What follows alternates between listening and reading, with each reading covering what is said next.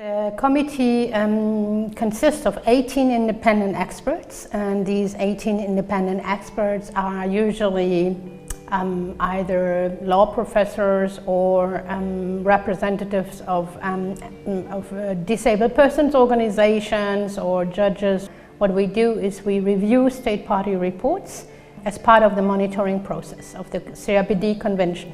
And state parties have to declare or explain in these state party reports on how they try to implement the right to independent living and living in the community, for instance, for disabled people, or the right to inclusive education for disabled children as well as disabled adults, and so forth. One of the innovations of the CRPD, the Convention on the Rights of People with Disabilities, is that it has a national monitoring mechanism. So that means that governments have to appoint a focal point and also independent national monitoring mechanism back home, which is usually a National Human Rights Institute.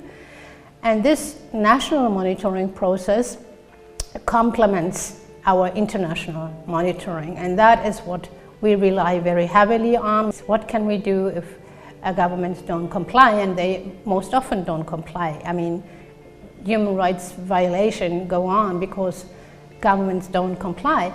And I think civil society is one of the most important factors or most important stakeholders when it comes to implementing human rights.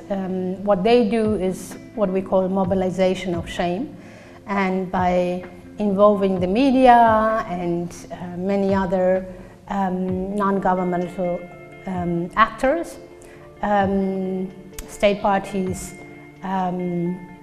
do comply if the protest is, let's say, sufficient enough or also smart enough. I think one of the biggest successes of the CRPD is that it has brought the human rights model of disability to the light, and that has replaced what we call the medical model of disability. And the medical model of disability basically reduces people with disabilities to their impairment. You only see their impairment. And because of that impairment, lots of rights can be denied to you because of that impairment. You are perceived to be different, and that has been legitimization of denying or restricting rights in the past. And the CRPD says this is not possible anymore. It says we have to take a different view on disability and see disabled people as human rights subjects.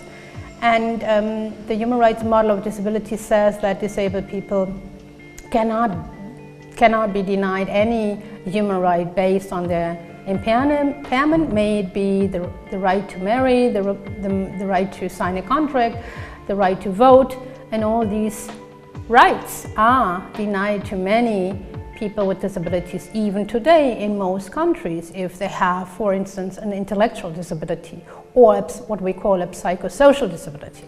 And the CRPD says this is not possible anymore because it is this form of discrimination. And the CRPD also says that in order to make equality real, we have to adopt what we call an inclusive equality model. And that is based on 4 dimensions. One is to take into account also the socioeconomic disadvantage of many disabled people, but maybe also other people. Secondly, to strongly condemn stigmatization, violence, discrimination. The third is taking into account that disabled people are part of a social group, so you need to also take into account, take a group-based approach to equality, which sometimes means that you need to implement policies which are group-oriented. Accessibility is a very good example for that. You need to have a policy in place which makes it clear that not only people in wheelchairs can get everywhere at any time, but also blind people, but also people who have other kind of impairments. But that is a kind of a group approach, because you need to have regulations in place which say this is what is the minimum requirement for accessibility for the blind, for the deaf, and so on. And the fourth dimension is they're taking into account the human dignity of each and every person, and that means also taking into account autonomous decisions and choices and making room for that.